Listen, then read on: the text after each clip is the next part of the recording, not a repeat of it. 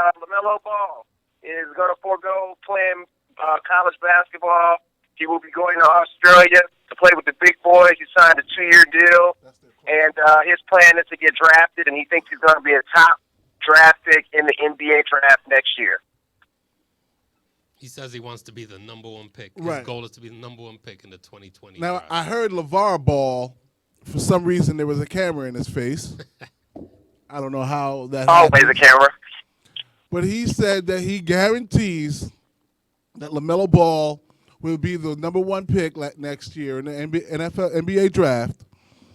And per LaVar Ball, who's going to pass up on a 6'8" point guard?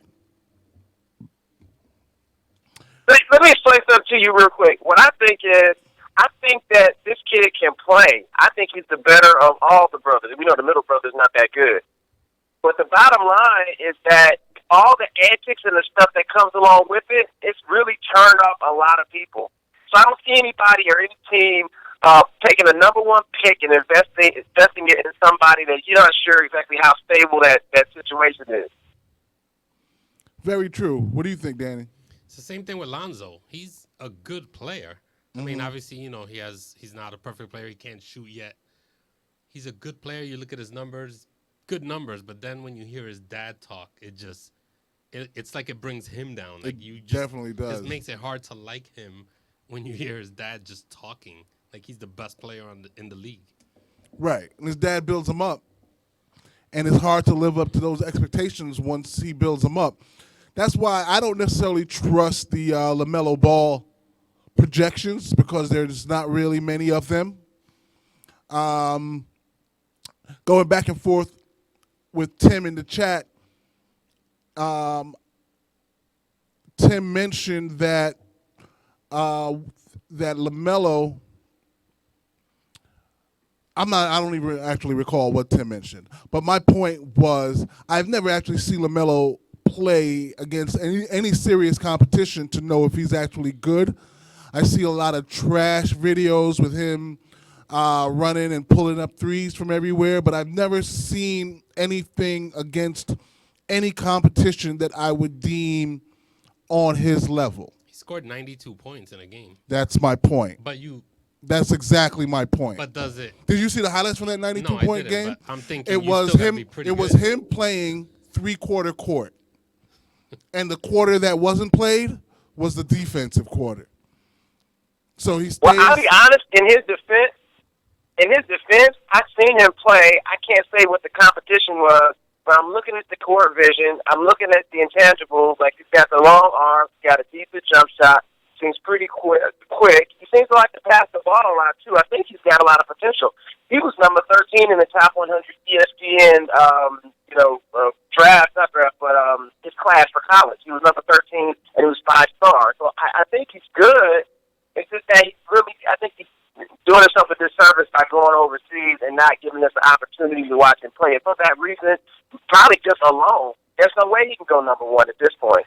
Right, but what we're failing to mention is that no colleges would offer him. Okay, so the idea right now, that he doesn't want to go to college, that he wants to go and play pro to get ready for the NBA is kind of false. All right, first and foremost. Do you feel like that's his idea or his daddy's idea? Well, anything that comes out of their camp, I'm going to look at as propaganda. All right, so we're back to that again. So I don't believe a word that they're gonna say, but I know that as someone who follows basketball recruiting, I know that he didn't really get any offers. All right, and the reason that he didn't get offers, and Tim also mentioned that he had an offer from UCLA. Yeah, he had an offer from UCLA when he was in the 9th grade. But if you don't sign a letter of intent, then that offer is pretty meaningless. The reason why, in my opinion, that he was not offered is not the LaVar Ball portion of it. It's the portion of it that he played professional basketball overseas. All right. Yeah. Now, people say that he wasn't paid.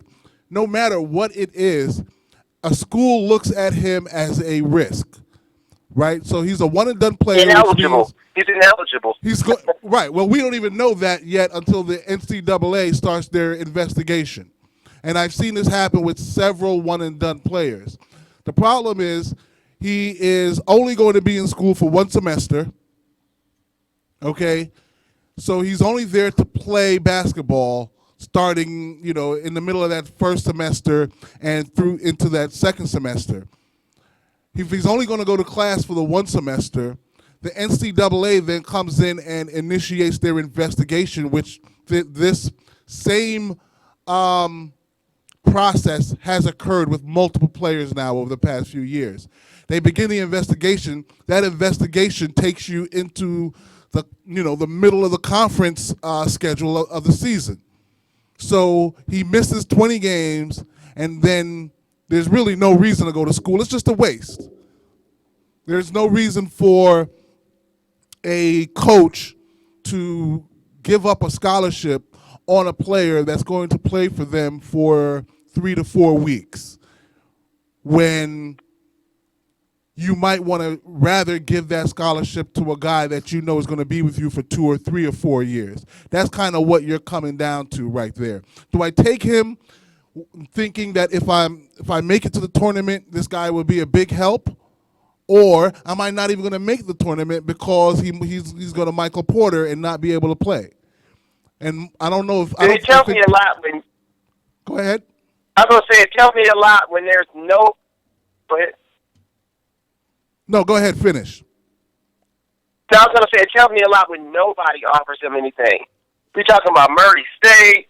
You're talking anybody, at FSU, like not even the big, like, of course, Duke and Kansas and all those people aren't going to come knocking, but, I mean, you can't even get, like, a mid-major or anything. It tells me there's something there, and it's probably most likely they're uncomfortable with what could possibly be, on the other side of the curtain. So, absolutely. The more things I look up on him, he seems like he could play. He played in Lithuania for four months.